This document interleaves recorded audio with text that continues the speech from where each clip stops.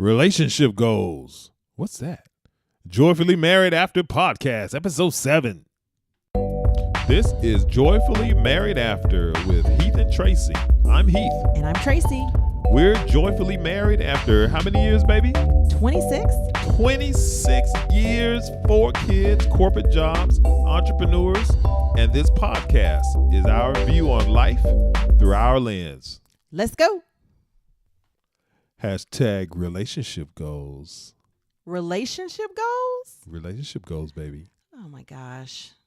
Isn't that nice when we see people say that about us sometimes? It is. It's really sweet. Yeah. So, you know, guys, what we're saying is when you look at Instagram or you look at, Facebook or some type of social media and you see a couple that you like and then someone puts hashtag relationship goals or hashtag couple goals. That's what we're talking about There's today. lots of dope couples out there. There really are. Yeah.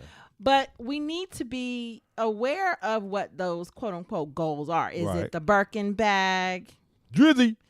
Is it the lavish $3 million wedding? Sometimes, Is it all the gear they have on that probably costs about $5,000? That's not really relationship goal stuff, right? No, That's it's more not. like, So that's what it's curious to me because you're just looking at a photo and you're like relationship goals. I'm like, how do you know that's relationship goals? well, they said pictures worth 1,000 words, so sometimes it may be appropriate. But I feel what you're saying over there, baby. So we got this idea because we did this on our first, second, third YouTube. One of our first couple of videos on YouTube, we were talking about this. And we just got finished looking at it. Oh my God, what a difference a year makes. Hashtag throwback. No. Hashtag TBT. No. We were like, oh my God, we look so nervous. We were learning. Yeah, it was fun then. Yeah. But you look at it now, you're like, our YouTubes are nothing like that one. Yeah, and our podcast will be the same thing, baby. I know. This is our 7th iteration of podcasting. This is our 7th episode, and we just want to say thank you for everyone that has joined us, who has listened, who has written us and commented and given us ideas. We want to say thank you. Yes. This is another endeavor of Joyfully Married After HeathAndTracy.com. JMA Podcast. Heath and Tracy TV. Hashtag relationship goals. So we wanted to do this one because we looked at our YouTube. We're like, ooh, we need to do that over. So the first relationship goal should be, and I think this is for women especially, security. Yeah. Security is paramount to most people, I think, especially when you talk about women in the relationship, right? So, you got to have some security. The first thing that comes to mind typically is financial security, right, baby? Oh, yeah. You have to have a certain level of income. I think in the video we talked a little bit about being a baller, right? You don't have to necessarily be baller status. I mean, that's nice if you are a baller. Oh, it's beautiful. It's a beautiful thing. It's no disrespect. All respect out there to the baller. Can we just take a moment to give respect to the ballers? Respect. To the ballers. Respect.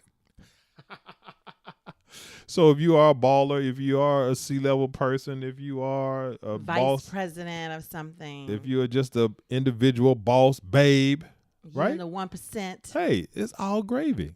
That's awesome. That's awesome. Do your thing. You get number love from Heath and Tracy. 1%, by the way, is. What do you mean? 1% of income earners in the United States of America? Yeah. That's $400,000 and up. There you go. In terms of annual income. So you a baller.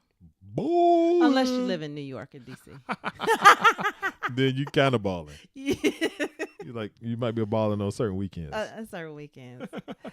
So I think definitely with women, we want to feel secure in our love relationship, not just finances. It's great to have a guy or whomever take care of you. But I think it's good to know I don't have to worry about him sleeping with everybody. Right. Yeah. So the two things there. Let me just back up a little bit more to the financial perspective from a male perspective, right? So okay, so are we hitting on something here? So for men, it's like they like to be fine. Women like to. Is that what we're saying? No, I'm saying I think that some guys have a thing about being a provider. Yeah.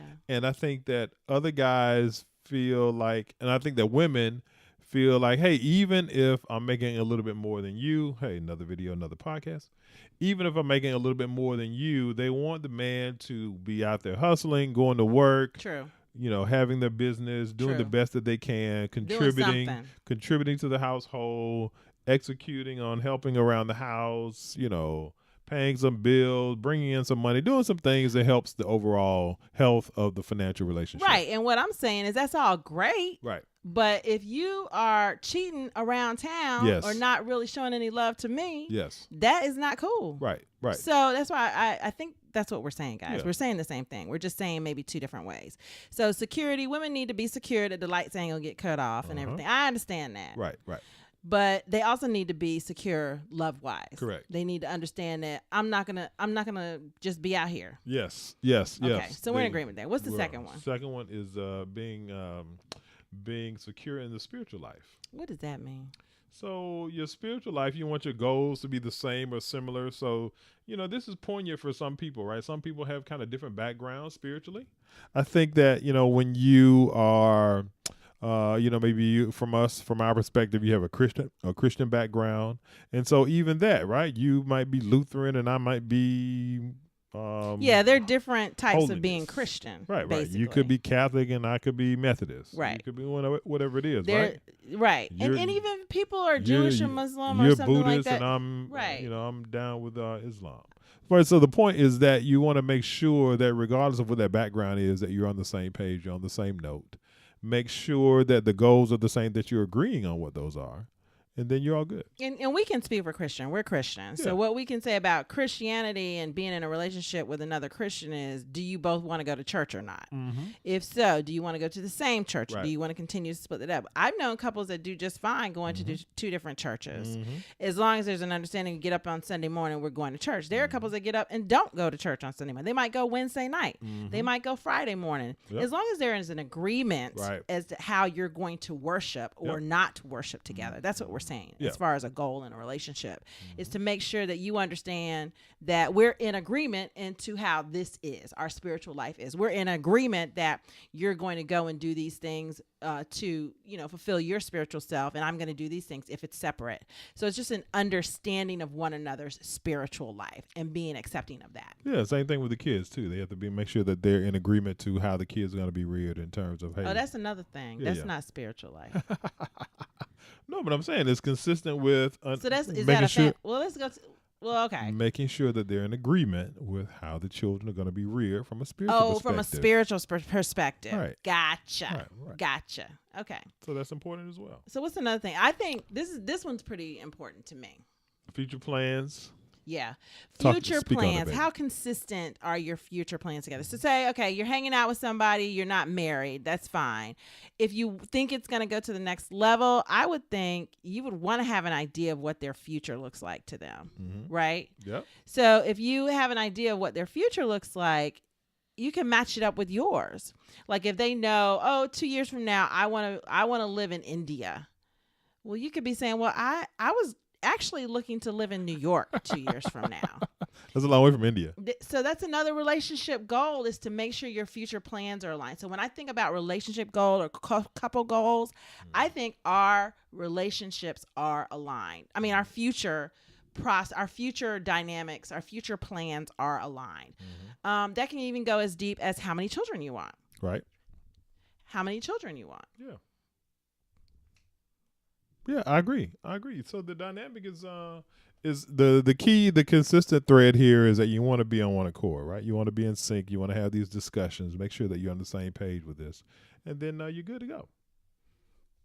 Same page as future plans. So that's another one. So the first one is security and love and finance. The second one is spiritual life. Yep. Are you kind of in line there, how you're going to go about that, and especially how you're going to rear your children. Yep. And then third is, are your future plans consistent with one another? Correct. And then the other thing is family dynamics. Number 4. Is that number 4? Yep. Family dynamics. What do you mean by that? Family dynamics are very important from the perspective of, number 1, from a Christian perspective, we believe that you cleave unto your spouse, right? And so the idea is that once you become married, once you become engaged in a marital relationship, that is the most important relationship.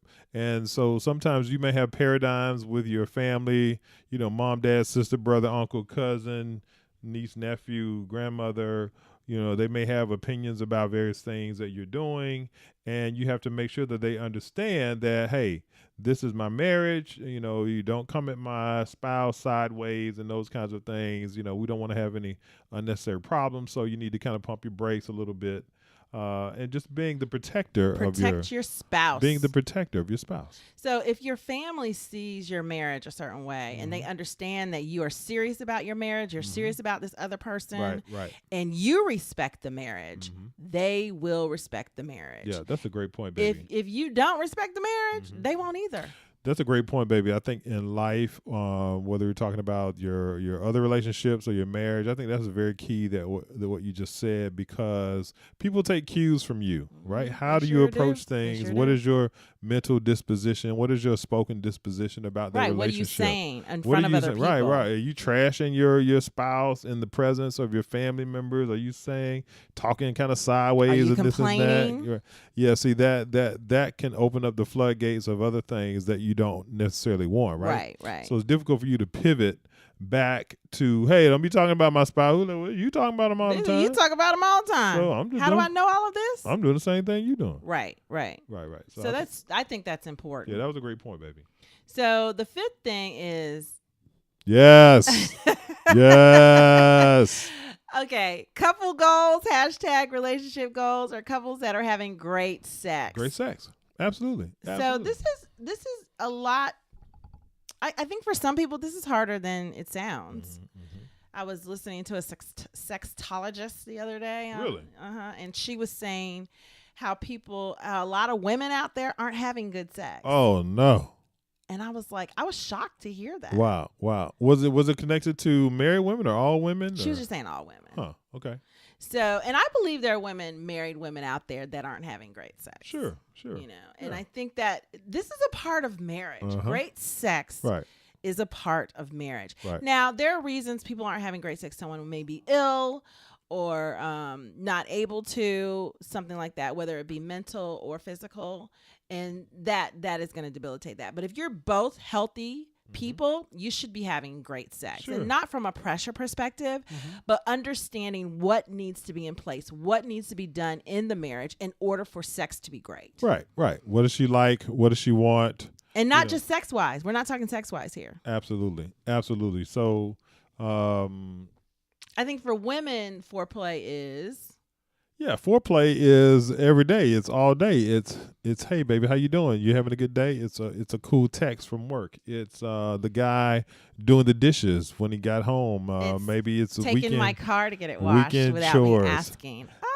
Get in the car wash, put in gas in it, so your woman didn't have to worry about those I never kinds have of to things. pump gas, guys. Yeah, never. Yeah. It's a rare occasion. It's very rare. Yeah. Yeah, and I think, when you're doing those kinds of things, when you're communicating with your spouse, when you're letting them know, hey, this is what's going on, that's what's going on, when you're taking care of those details around the house, that's when the sex is going to be that much better, because people miss the fact that one piece is tied to the other thing. I think early in our marriage, we called it engaging. Uh-huh. We used to kind of get a little upset with one another. You're not engaged, you know? And it was like our warning sign, I guess you could say, of I'm not happy with what's going on right here. You know, so the key word for us was you're not engaging, or you're not engaged. Right. So it's about being engaged in household, being engaged with children, being engaged with the other person, and if you're engaged on a daily basis, it's really, really going to make the sex great. Now, what about for guys? I mean, is there just regular sex and then great sex for guys? Well, I think what's going to make it better? I think that when the woman is into it, so for me, right, when my woman is into it, then that makes it better for me. I got you. And so I think that but she can't be into it if you're not doing what you're supposed to be doing, right? Correct. So it's all intertwined. It all plays off of one another. So I think that when the man is doing what he needs to be doing for his woman, then the woman will be doing what she needs to be doing for the man, and everybody wins. Yeah, everybody wins in that case. Yes. Everybody wins. Great sex. Winning. So another reason why we think couples are great, or we have couple goals or relationship goals, is for Heath and I, we are best friends. People, let me tell you about my Best best friend. best friends. We've been best friends for a long time. Yes, right? we have. And I think that when you're in a marital relationship, your spouse has to be your best friend. I think so. A lot of people don't think so. I think absolutely. I think absolutely too. Yeah, because you have sort of I think I heard somebody describe it as an inner court and outer court. Yes. And there are very few people that should be inside of your inner court. Correct. And the person who's most intertwined into that should be your spouse, right? Yes. Because that means that you're engaged, you're sharing, you're communicating, you're being vulnerable, you're being open. It's like, who other than God, who else can you do that with, right? And so for me, I think it makes perfect sense that your spouse is your best friend. And so when that's not the case, sometimes that could become problematic because that means that you're sharing, you're confiding, you're spending energy and time with someone else when that energy should be directed toward the person you live with. And that's not good because that's exactly what it is. That's energy and effort being directed towards someone else or something else. If you are in a club with other people and you hang out with them every third weekend of the month, that's okay, I think. But I think it's important to have those same type of interactions with your spouse. Right. Right. Something that you all do together, something that you love together. Yep. I think in another example or another video or something I brought up that if he plays golf and loves to play golf, you need to figure something out. Right. You need to figure out how to drive the golf cart, how to go and buy those cute little golf outfits and ride around with him because you don't want that to get away from you. You don't want to have you don't want to have any understanding of the golf game. So he can't have any conversation with you whatsoever. I'm not saying you have to go and learn to play golf. I hate golf. But you have to get to a point of interacting with him with his favorite thing. I mean, that's how you know you're best friends. If you love someone and you support someone, you are interested in what they're interested in to a certain extent. I'm not saying everything. We're not all monolithic like that. Right. Yeah, because there may be some days when you want to go and run errands when he's playing golf, and you want to have a girls' day when he's playing golf, and there's nothing wrong with that either, right? That's great for relationships. And so all of that dovetails really into the next point, baby, is really having an open communication and not having fear, right? And I think that when you're connected, when you're engaged with your best friend, you're having these conversations, you're on the same page, the guy's doing everything he needs to be doing around the house and in life and with you and with respect to you and vice versa, then you have that really good relationship. You have your best friend. Yep. And so that you can be open around your communications and other additional things that you want to do. And so when you're talking about, hey, babe, I want to go connect with the guys and we're going to go smoke cigars and play golf, and I'll be gone for 7 or 8 hours. And I'll be whatever. home. And then that's great. So, right, you can take advantage of that and you can make a choice, right? So, all right, he wants to do a guy thing. Okay, well, that's great, baby. I'm going to go. I'm going to have a girls' day. I'm going to do spa. I'm going to do this. I'm going to connect with mom. We're going to go shopping. And I'm going to meet over here. We're going to have lunch and blah, blah, blah. And then I'll just catch you here this evening. You're going to have dinner this evening, or you want to eat out? And we'll just whatever it is. Yeah, I enjoy my alone time. Yeah. Me time. I need some me time. Yeah, I enjoy my me time or my time that I'm just spending with others. And I think that's important. And it's important that when I am away, that Heath is still cool with it and vice versa. Yeah. It's very important. Absolutely. Which dovetails into the next item that we had, which was being able to enjoy time apart, right? Yes. Because this is really interesting for you and I, because we have always spent so much time together. So much, because we've owned businesses together and we worked in the same place. And we've never had jobs where we had to travel a lot, and so we were always on the road all week and that kind of thing. And so I think that's for us, we've always just enjoyed each other's company. Right. And so by the same token, I think that when you have these open lines of communication and you're on the same page, it's really cool to be able to get away and have a day or a weekend or whatever it is, and nobody's tripping. Yeah, that I think it still goes back to communication though, and not having any fear in what you say to one another. Right. And as long as you stay away from saying hurtful things, I think it's okay. As long as the key is transparency. Yep. Transparency, and then whatever is shared has to be accepted. Yeah. And that doesn't change anything, doesn't change the dynamic at all. So I think, like you said, all of those are intertwined. Yep. So when we talk about communication, not having any fear in communication, and being open and being able to enjoy time apart, it just kind of keeps everything lined up. Yeah. So that's a huge couple goal, is Yeah. to make sure you're open in your communication without fear, and that you're able to enjoy time apart. Yeah. And see, the problem will come in, and I think where I might have stumbled in this area in the past, where I might have wanted, I was doing What? this. You're not perfect? Mm, Everybody thinks Heath is so perfect. So in the past, when I may have stumbled in this area, was when I wanted to go out and do things, but some other things had not been taken care of, right? So if the house is not in order, or if I haven't helped with this bill or that bill, if something is awry, but I still want to go out and do all of these other things, this may become problematic with my spouse. Maybe. So you guys may want to check that. You may want to check that and make sure that you're taking care of the other things first, and then you can get into these additional things that you want to do. So Okay. I just wanted to say that. Confession time. Oh, we got a couple more points that we wanted to touch on, baby. Couple What's more. the next one here? You have to touch. Yes. Couple goals include touching. Yes, goals. hand holding, arm in arm. He has this thing he likes to rub. But I've had vertigo lately, and it just makes me dizzy. So it's been weird because I like it, but we were somewhere and he was just rubbing my thigh. I was like, okay, you gotta stop. He was like, what's wrong? What's going on? But the point is touching. The point we were trying to make was that touching is very cool. So important. Yeah. I think we talked about it in one of our videos where it was the idea of how it can bring down blood pressure and make you calmer. Oh yeah. Right? I remember the story now. Right? I remember the story now. Okay, what story, baby? So it was one day I had to drop something off at your job. You needed something. Okay. Or I needed something. I don't remember exactly what. Okay. And so I said, well, I'm going to meet you outside your building. I'll be there in 10 minutes. Okay. So I get there and he is running out the building. He runs over and he's agitated. He's agitated, not in a negative way toward me, but just I could tell there was a lot of pressure. There was a lot of stress going on with him, on his face and the way he was breathing. And I reached out, I rolled down my window and I touched his hand. Mm-hmm. And his I could tell everything just immediately went back to normal. And that taught me a lesson of touch.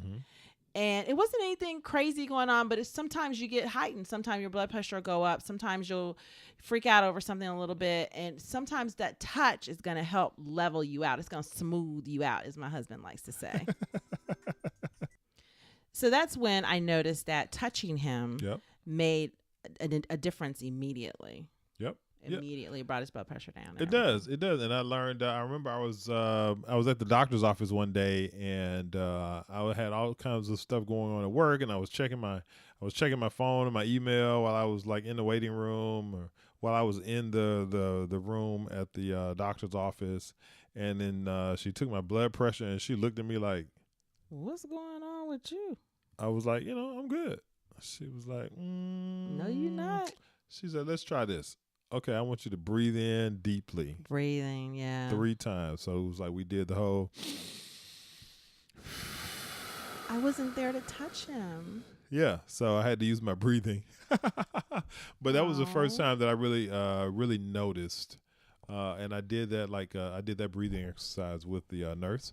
And when she took my blood pressure after that, she said it was just about normal. Yeah. So touching your spouse is probably a couple goals. You guys want to touch. I mean, you don't have to be physical in public or anything like that, but you want to, even if it's just a hand on a shoulder, a hand on the small of her back, even if you wipe something off their face, it's something that is going to signal I want to connect with you. That's where touching is. It's a want to connect. Yeah. I think when Heath and I lay in the bed, we're touching sometimes. I think at the very least our feet touch. Sure. And if they don't, I tend to wake up. It's crazy. I know. I tend to wake up and go, okay, where's my person? Right. So it's very important to communicate through touch, not just verbal and sex. Yes. And speaking of sex, our final quote unquote couple goals, there are many more. These are our top 10 though, is scheduled sex is not necessary to have great relationship goals. So what? Okay. Let's see. Scheduled Uh-huh. sex. Okay. I didn't say regular. Okay. I appreciate you clarifying that. No, that was funny. I think the first time we talked about this, I was very confused, and I was like, "What do you mean?" But I think that the more importantly, what we're saying here is that life happens sometimes, right? Somebody may be sick, you may be under the weather, you may have additional unforeseen stresses from the workplace, from the 9 to 5, from the business, from family situations, Kids. children, what have you, right?